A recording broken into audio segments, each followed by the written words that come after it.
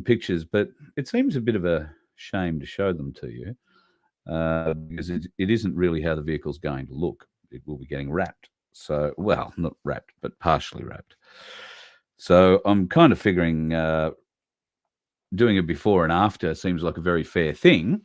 However, doing the before we've got the after, something's wrong with these glasses, or there's something wrong with my eye. It does seem a bit of a anticlimax. So I don't think I'll show you those pictures. I'm going to hang on to them till such time as we've got it wrapped, and then you'll get a bit of an idea of what it's sort of going to look like as it comes to a town near you, hopefully. Now, speaking of coming to a town near you, there is a very high probability that we're going to head south for the first run. I know there are people in Coffs Harbour.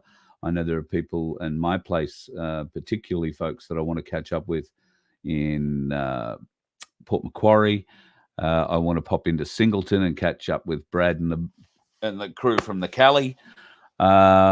And then I think we've got a call into Canberra and possibly pick something up there, or maybe even someone, who knows yet, before we wind our way towards South Australia, where all manner of weird things are going to take place. But along that route and around about the 8th, 9th, 10th, 11th of October, if you're at all interested in a couple of nice days along the Murray River and you happen to be near Echuca Moama, or would like to be near Echuca Moama, you might find us in that area. There is an event happening on the 12th that we're not part of, but in the lead up to it, we're planning on being around the area and shooting a bit of video and all that sort of thing. So if you are planning on a bit of a trip and you want to stay somewhere, then get in touch with Rachel at vofhq.com, and we'll put you in touch with the requirements. That particular venue that I'm thinking of there is not a venue unless you have an RV. It's not a caravanning type venue unless you are fully self-contained. Most people are, I think, but that may not be the case. But let me investigate more, and we haven't locked anything away with this particular venue. We just might wind up staying somewhere around the area for a few days.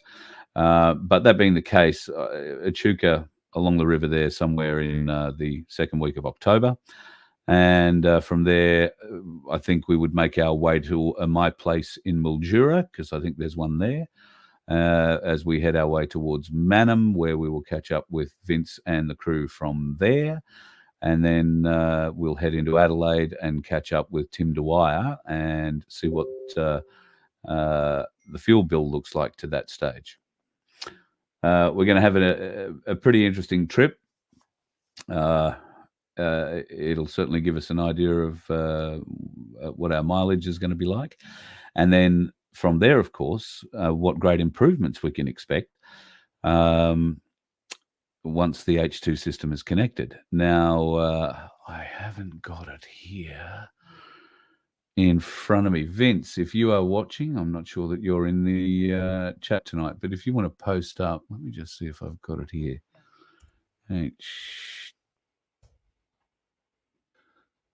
Nope. Give me 1 second, folks. Typical bloke can't type and talk at the same time. Yeah.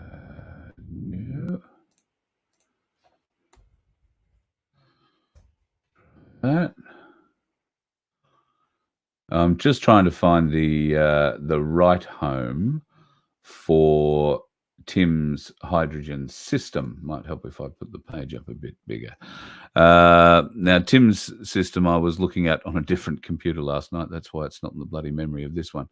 It does explain quite a few things, and I just can't for the life of me. Pardon with me. Should be better organised than this. That'll happen. Is Vince. Let me have a bit of a look here. I'm sure he texted it to me, and if he didn't do that, he sent it to me in an email. At any rate, it is quite a spectacular system that promises or has promises of delivering significant fuel savings and power benefits to vehicles of all shapes, forms, and sizes when it comes to petrol, diesel, or LPG, as this vehicle that we've got runs on. So looking forward to seeing, running a book, so to speak, a bit of a comparison. So what it costs us in fuel and to what not to get to Adelaide, and then from there to get back, and running similar kilometres and probably a fairly similar, not similar road. We won't go the same route, but I can't imagine there'll be any more hills in the way we come back.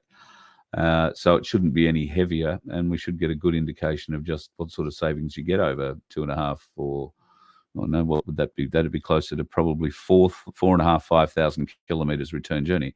So you might find that if you're doing a bit of touring around, it's worthwhile installing, and a couple of people have already gone to do that. If you want to go and find out more about Tim's system, I'll get the, if Vince hasn't already posted it up in the chat somewhere, this thing moves so quick. I will find it and get it posted up, and if it's not in this show, I'll make it in the next one. But yeah, Tim Dwyer's H2 system has been employed in big trucks, mining sort of systems, big heavy haulage road trains, and in fact, on his front page, he's got a picture of a truck that says the system has saved this truck over $100,000 in fuel fees in 2 years. So if you've got big heavy machinery and you run diesel, apparently it's very, very good for that. Any kind of diesel, you'll get significant power and economy advantages by running this system.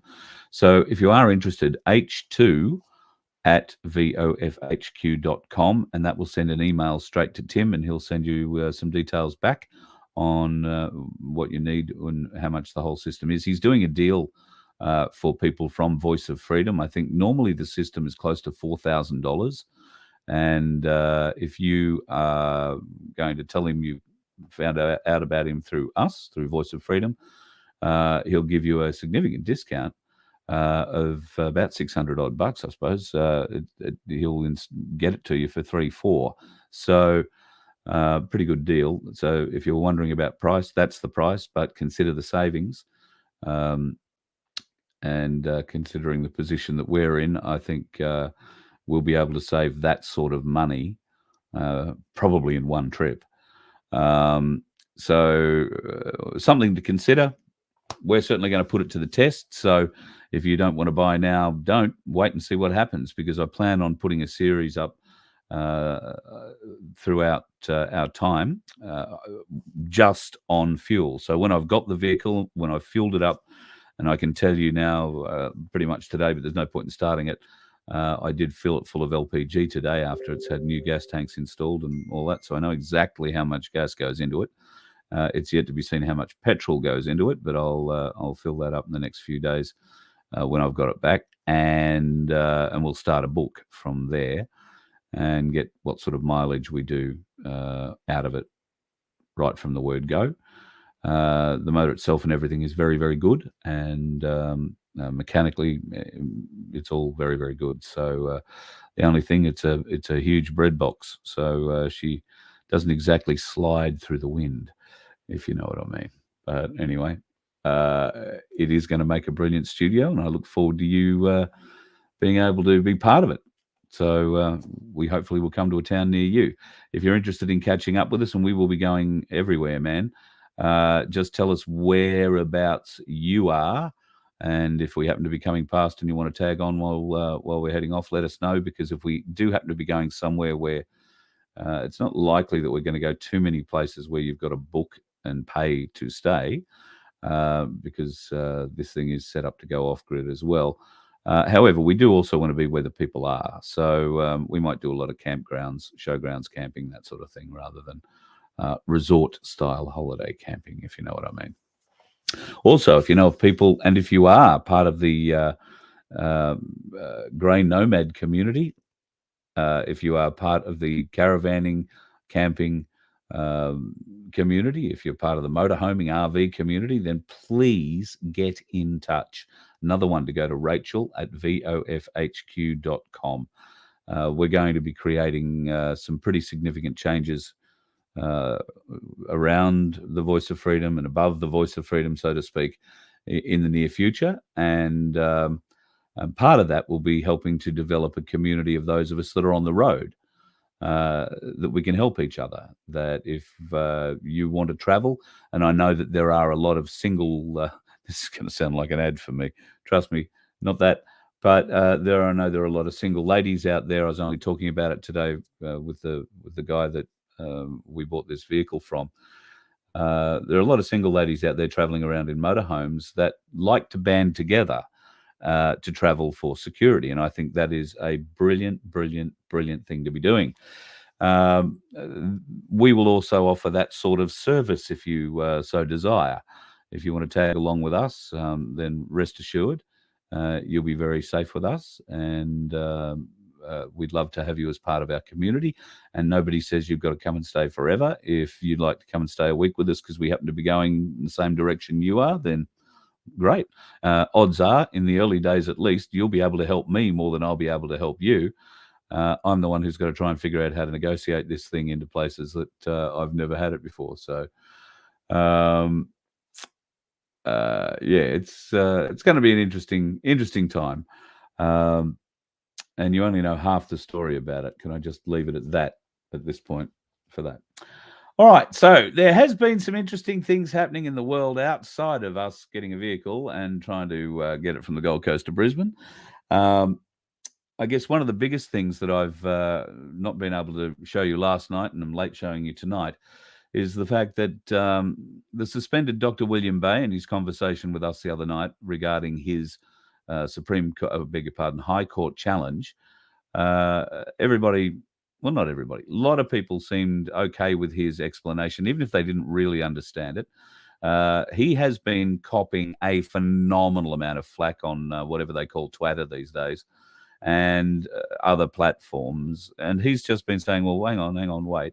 You will recall that during our chat with the suspended Dr. William Bay, he said that he'd spent some time discussing this, not just with the Senator Malcolm Roberts, but also with his legal counsel, who you will hear in this little clip as the Senator refers to him. Have a listen to this clip. I think it's very important. In this respect, I submit that the Australian Electoral Commission has erred in the proposed content of the ballot paper to be distributed and used in the 2023 referendum, as it is unconstitutional. During our telephone conversation of Friday, 8 September 2023, you informed Hugh Carter of my office that the ballot paper for the referendum is intended to be in the form of Form B, as in Schedule 1 of the Referendum Machinery Provisions Act 1984. I submit that Form B is unconstitutional as it only refers to the title of the proposed law when Section 128 of Australia's Constitution says that the proposed law shall be submitted to the electors. What comprises the proposed law? Section 128 says that the proposed law for the alteration thereof must be passed by an absolute majority of each House of the Parliament. This was done by the Constitutional Alteration Aboriginal and Torres Strait Islander Voice Act 2023. Schedule 1 of that Act inserts a new chapter to the Constitution as part of the proposed law. I then quoted that in my letter as Parliament approved. The distinction I make is that the above, from the word Chapter 9 until the words powers and procedures, is the proposed law that needs to be put to the electors on the ballot paper in full, not the mere title, to alter the Constitution to recognise the First Peoples of Australia by establishing an Aboriginal and Torres Strait Islander voice. I also submit that the content of the official pamphlet is misleading, as on pages 8 and 9 there is reference to, I quoted the title again. I submit that at best, this title or description is merely a statement of purpose or intention to be attributed to the proposed law, and if printed as part of the ballot paper as currently intended, would be unconstitutional as not complying with the requirements of Section 128 of the Constitution to present the proposed law to the electors. With so much invested in the holding of this referendum, it is imperative that the process be uncontroversial and legally sound. To not do so invites external intervention and overview of the electoral and constitutional processes.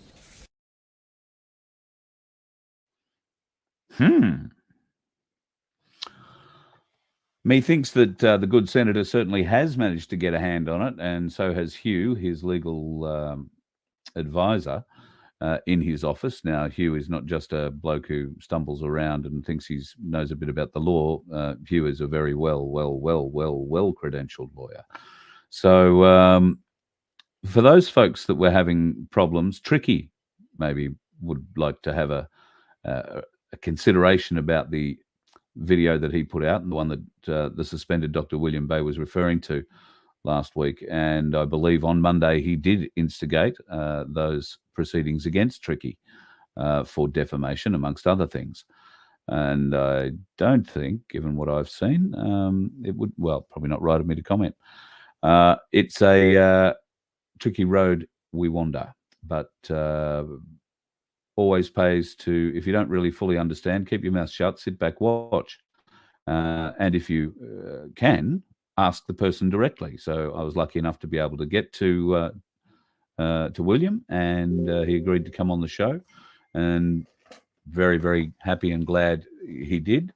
I am catching up with him this week, and a little later this week. So all things being equal with this vehicle, and I hope to record a little something with him when we catch up then. It's possible we might do a little live, but more to the point, we're going to be discussing ways and means that we might be able to help going further. And clearly he will count this as a win. What Malcolm Roberts can do with it from here, I'm not completely sure. He's made the Parliament aware of it. That has to trigger the legal beaks in there somewhere, somehow. It's obviously going to get a lot of airplay through social media, through our circles, and through your circles. I'm sure you'll share this knowledge as well. But it is a very difficult argument to try to explain to somebody if you don't really understand the whole argument. And sort of there are two different arguments here. Essentially, what the good senator is saying here is that that the suspended Dr. William Bay is correct in what he is saying, and that he hasn't been allowed to be heard is one thing. The sections that he's quoting out of the Constitution in there relate to an appeal that I believe was lodged on Monday by the suspended Dr. William Bay. And I think that he'll be able to tell us a little more about that, I hope, on Friday, without me trying to preempt anything that's going on with that. But once again, we get down to enforcement. Well, I think now that Malcolm Roberts has brought this up in the Senate, who the hell's going to enforce it? I don't know. I'm sure that's significant, though. In the future, if only just to say, hey, listen, you were made aware of it, this date, this time, and you still chose to go ahead with this unlawful referendum. Now, you can listen to the words in there that the senator uses. He flags the fact that currently this whole thing is open to legal question, and a great deal of legal arguments will be put forward over the years coming, fighting for or against the changes that are being made here.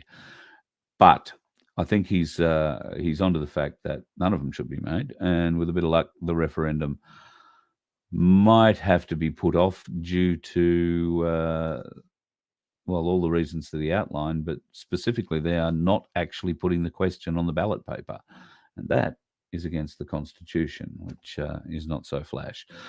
The only other really big news that I have for you today, and that's not that there isn't any other really big news.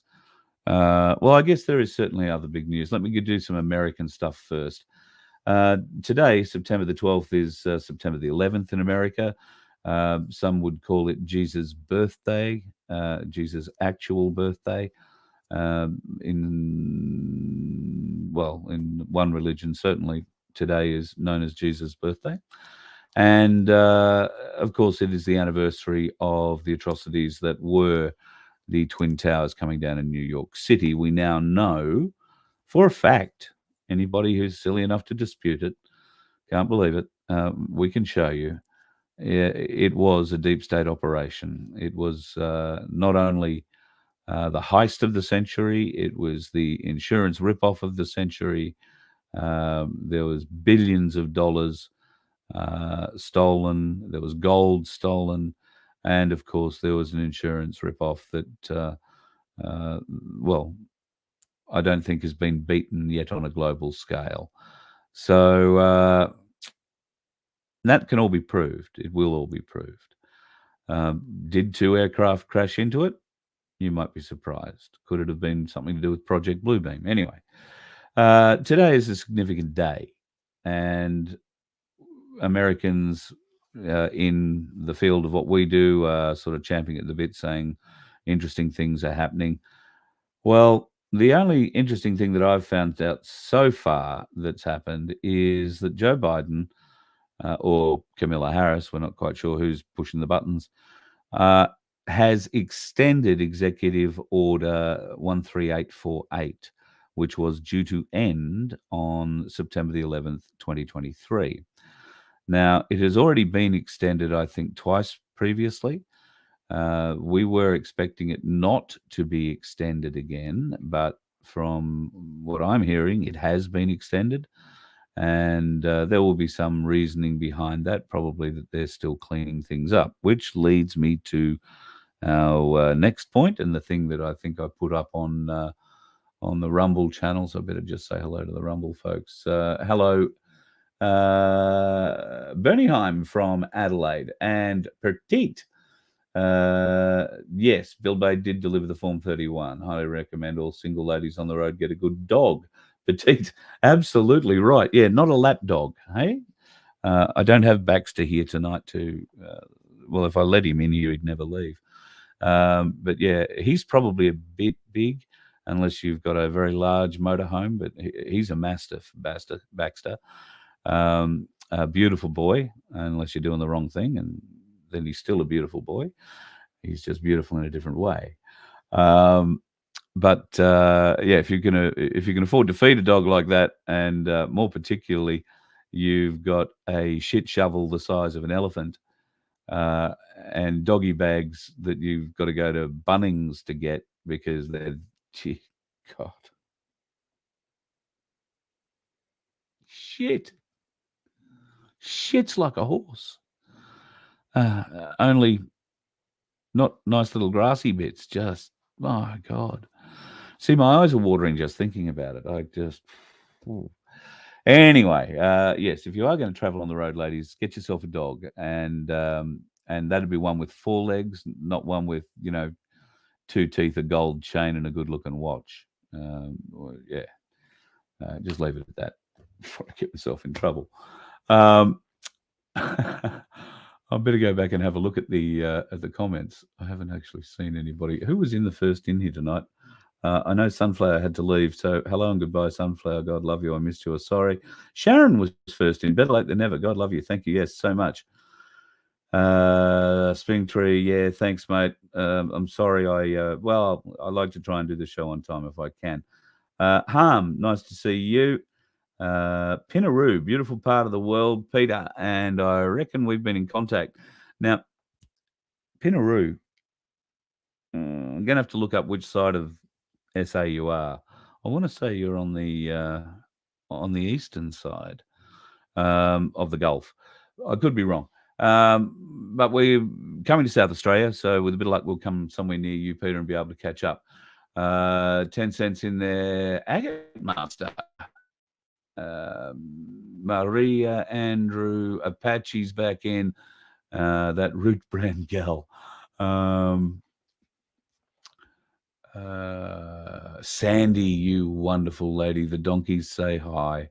Well, you just tell them that I love them to bits, and I'm going to come and visit them real soon. The Galactic Larricans are in the house. Nice to have you along, boys. You would have had pictures, but yeah, you know how it goes. All right, so let me get on to the interesting bit of news. There is an overseas force that is currently building a base, a barracks, and surround a small airport where they are landing their Chinook helicopters and doing whatever it is that they need to do. One of the bases there are two particular areas that are being built, as far as I'm aware. One of those, at least for the time being, civilians can get reasonably close to. And an interesting fact that has been noticed is all the fencing, all the security fencing that's been put up is facing inwards, designed to keep the people who are on the inside inside. It's not designed to keep people on the outside out. So I find that interesting in and of itself. And the only time that we've seen that in the recent past is in Washington, D.C., where for the longest time, the Capitol and the White House were security fenced off, and all the razor wire was on the inside of the fences, not on the outside. It was on the inside keeping people in, not on the outside keeping people out. Where do you see that normally? In a prison or a confinement sort of area. So the other interesting thing to come from that is this particular military force has been here on operations for Operation Talisman Sabre. There was a great deal of excitement recently when an Antonov, the largest aircraft, shipping aircraft or bulk haulage aircraft in the world, arrived at Rockhampton in central Queensland. And I later found out, I thought it was there to pick up gear and take troops home and that kind of thing. It turned out that was not quite right. It was bringing more troops in, and that base that I'm talking about is around Rockhampton, and there's a little one further out, and they're using the Chinooks. There's two of them, their own, not ours, their own, to fly equipment and I assume people to the base wherever they're building that we haven't seen yet. This is the Singaporean military. So we have a training deal with the Singaporeans.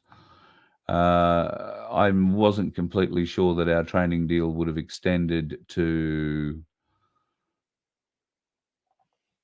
letting them build secure bases or secure areas, but as it seems they want to be locking themselves into that, or they're coming to get someone or many someones and put them inside that. I guess we don't really have to worry too much about it at this point in time. But certainly Operation Talisman Sabre is over, and this Antonov arrived heavy, not empty. So she brought a lot of stuff in.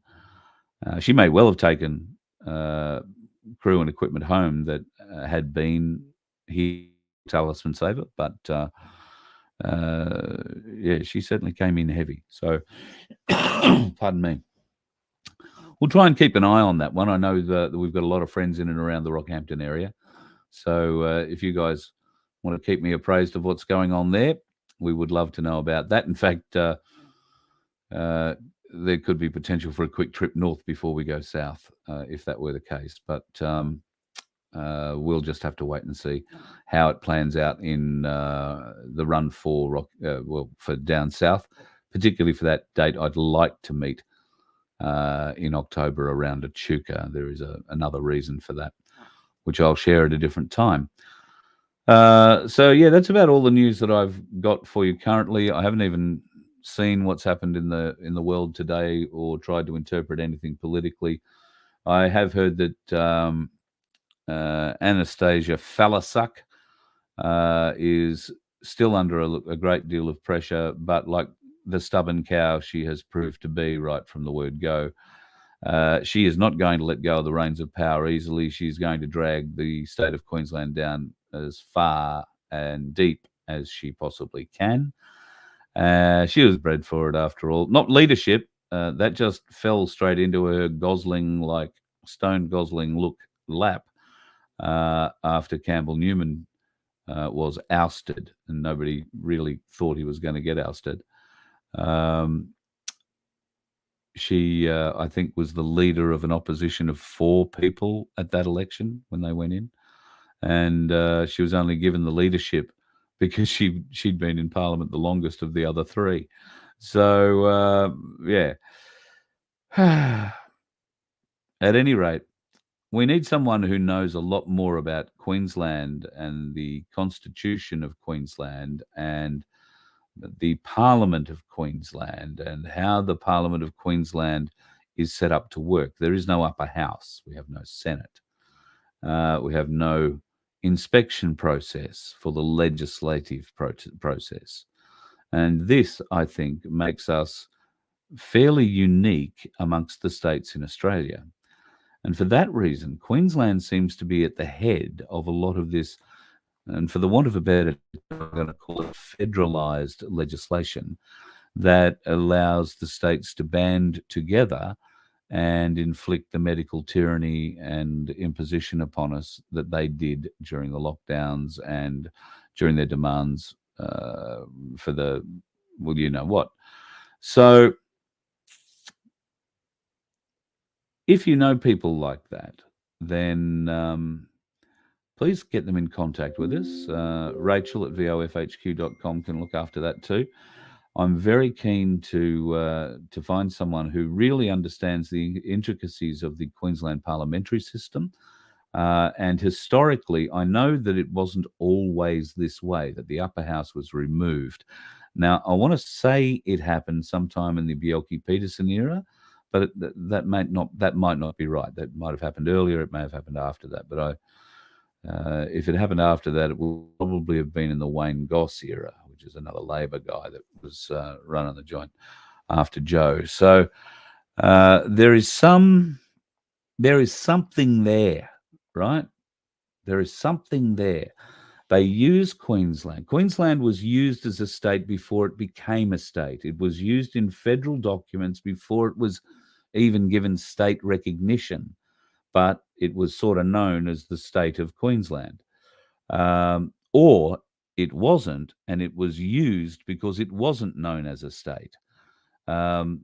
Therefore, a lot of the laws, as I say, that unite or give the states any power under a federal banner are enacted through Queensland and rubber stamped with a new state's name on it.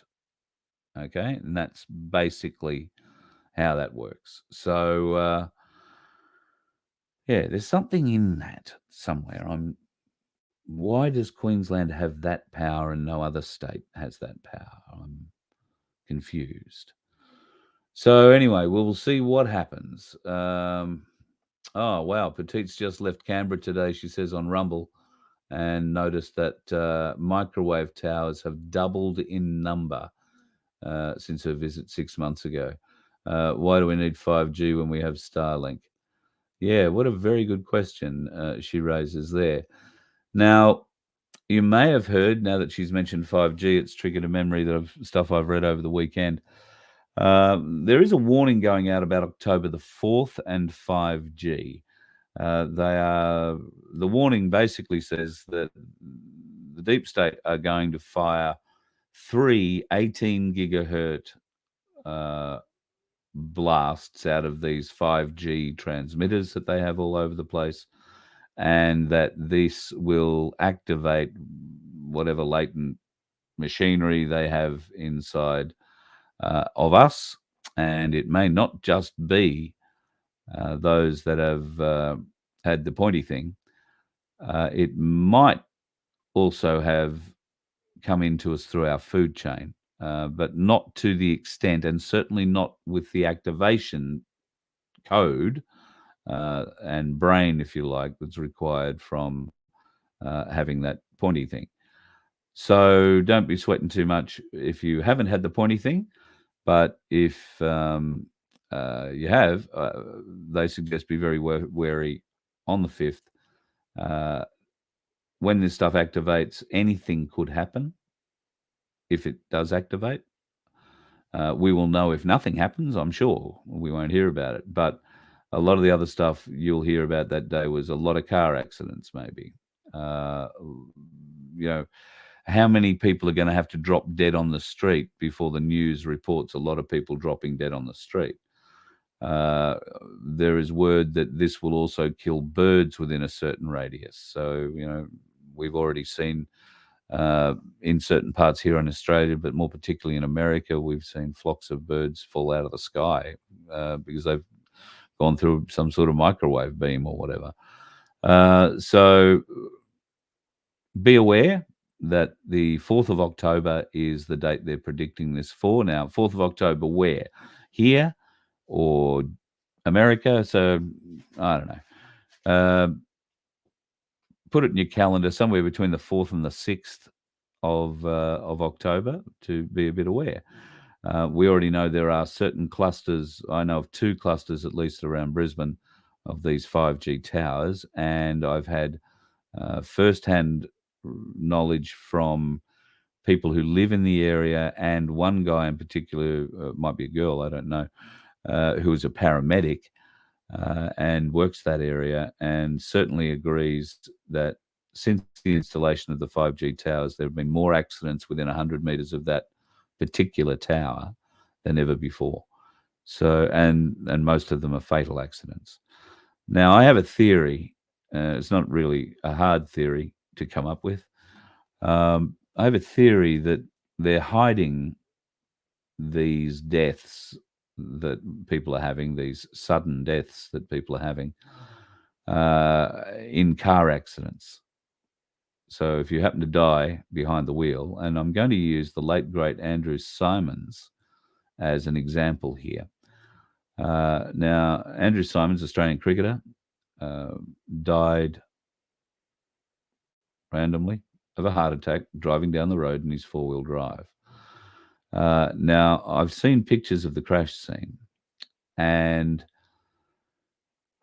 he didn't just sort of drive off the right-hand side of the road. He swerved very hard, like right hand down real hard, left skid marks, and ran off the road. Now, he didn't hit anything terribly hard. He didn't come to a grinding halt up against a huge tree or anything like that. I suggest to you that he had a heart attack, and the pain, when it came, somehow, obviously, he's reacted with the steering wheel and he's driven right across the road. I posted something up on my Facebook page the other day. Another lady driving a little Hyundai had a medical moment and rolled her car. Now, I don't know whether or not she'd had the pokey thing, but these days, have eyes everywhere, folks. Keep your eyes wide open. And, there just seem to be a lot of people dying suddenly, and it doesn't seem to be just old people. It seems to be people of all ages. And as tragic as it is, we need to be very aware of it while we're on the roads, particularly. It's not so bad if we're just walking around, unless you're planning on catching someone or they drop on you. But on the roads, particularly, be careful. Give yourself that bit of extra room, and particularly at crossroads and lights and all that kind of thing. Keep an eye out, because you don't know. They may not be driving a little Hyundai. They might not be driving a little whatever Ford. They might be driving a B-double semi-trailer. So be aware. That's probably the big thing. TV Hub, you are a legend, my friend. Let me just copy that. Now, folks, I'm going to post this up in I guess it'll come up in the Nun2K chat. I'm going to put the address now for H2 Fuel Save.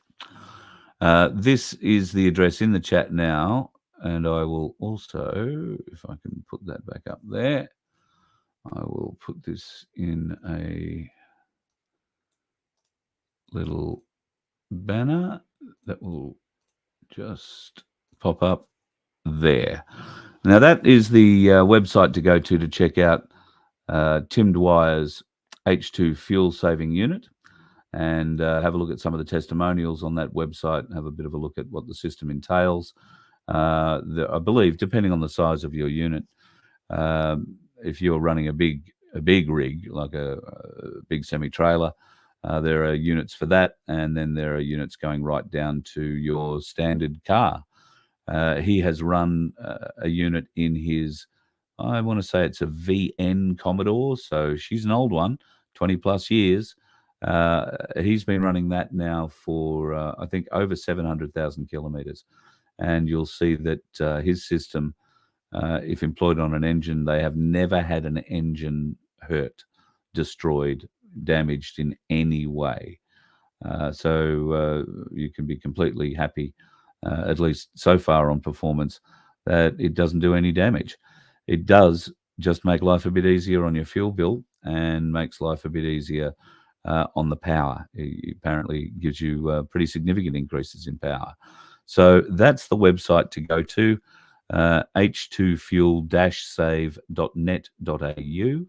And make sure, if you get more information and this is something you want to go on with, make sure you tell Tim and the team there that you're a VoF family member, and they will give you that discount, okay? It's important that you get the discount. So do that, tell him you come from us, and he'll look after you. He is a bloody good bloke, and of course we'll have him back on to talk constitutions as well. In fact, I hope he's going to play a significant role in what's coming forward, as I hope a number of these guys with constitutional, well, they all think they have a solution. This may not be the night to mention it, but I'll do it all the same.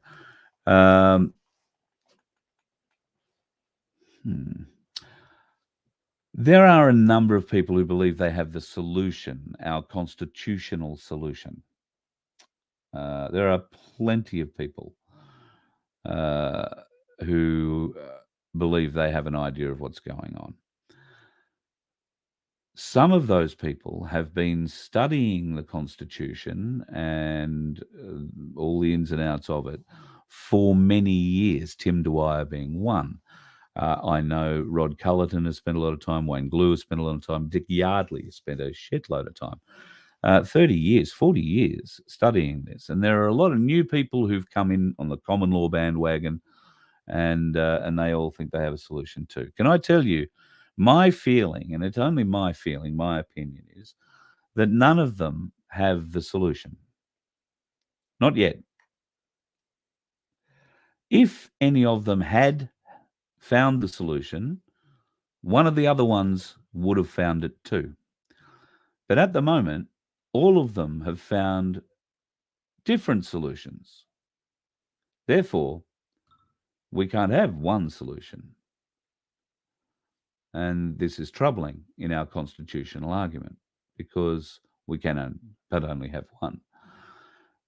So getting some of these people to accept that they don't have the solution, but that's not to dismiss their work in any way, but to call it the solution and expect everybody to fall at their feet and say, thank God you found the solution, yip yeah, well, let's vote for that, I believe would be wrong. So I'm hatching a plan to hopefully bring as many of these people together as we can. And we have everybody present their version of the solution, because I firmly believe that everybody, especially the guys who are deeply, deeply invested in this with their research, and I count Fitz in amongst all this too, even though he's not talking to me. These guys all have a part of the solution, I believe. And we're going to bring them together. That's what I'd like to do, bring them together and see whether or not we can find out which parts everybody has and which parts are missing from certain people's arguments. And if one person's argument is stronger than another person's argument in a certain area, then maybe we can agree that that is the way forward. That might be that certain part of the solution. And then we might wind up with gaps where we need to, find other solutions. It'll give us one direction to follow, though.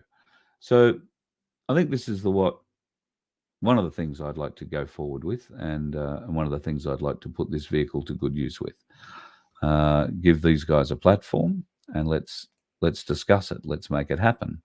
Because at the moment, if you had to choose, well, I could run probably half a dozen names past you. You might know a couple of them. You may have heard of a couple of them. You probably wouldn't have heard of most of them.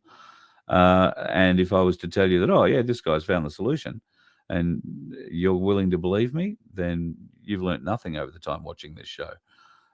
So we need to do a lot more investigation. And I do believe that while all the work that these people that I've mentioned and others, all that work is valuable. Don't get me wrong. I am not taking away from the work they've put in at all. All of it is valuable. All of it is learning. All of it. So what I am suggesting, though, is that we haven't finished learning yet. We haven't found the solution just yet. But if we can all get together, if we can all band together, think together, put our egos aside, and work for the betterment of each other rather than ourselves, then I believe we have potential to come up with a document that the country could follow. And I hope that we can do that. Probably shouldn't have told you all about it now. Somebody else will go out and do it. But we will give them the opportunity to do it on a big platform. So, or we'll do it. That's exactly what's going to happen. We're going to do it. So look forward to have you as part of that, because the people should be involved in that as well. And if it's something you want to be part of, Rachel knows about this as well. She's going to get a lot of emails, which is good because she said she doesn't get too many at the moment. Rachel at vofhq.com, and just call it, Carl's Get Together or whatever. And that will be, flag your interest in coming to that and which part of the country you are in. Because we will do this, but I suspect it might take more than a day.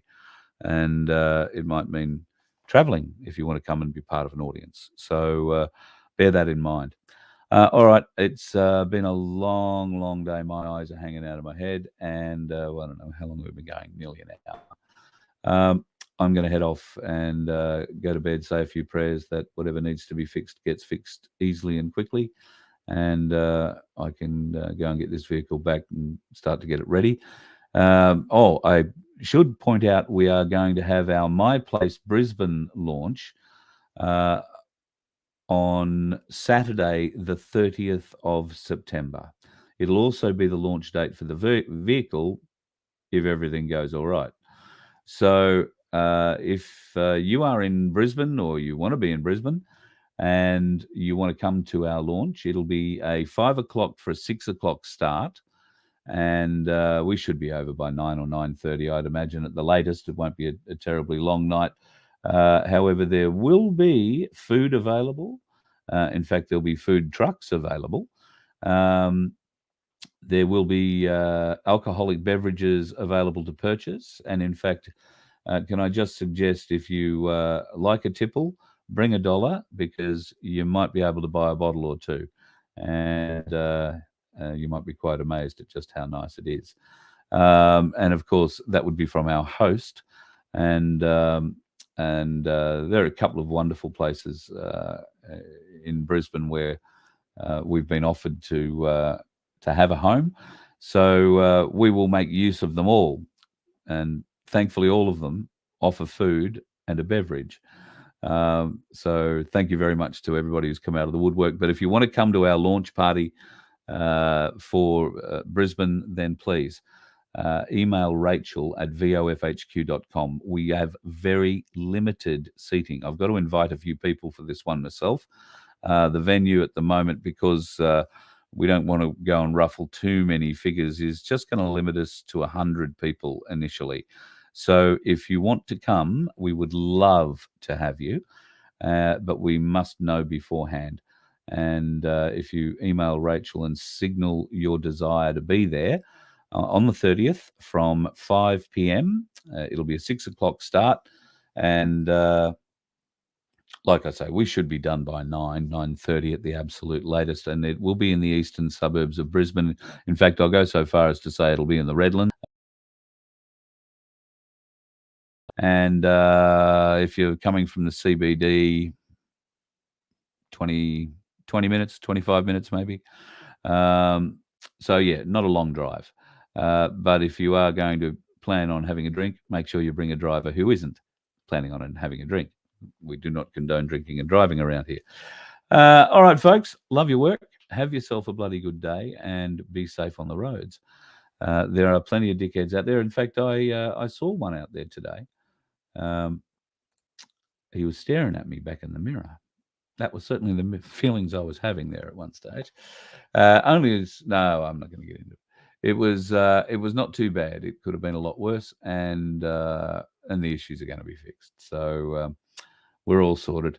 It's just been a long day where a lot of waiting and very little achieved, unfortunately. So I'm sorry the show's been a bit scarce tonight or a bit sparse.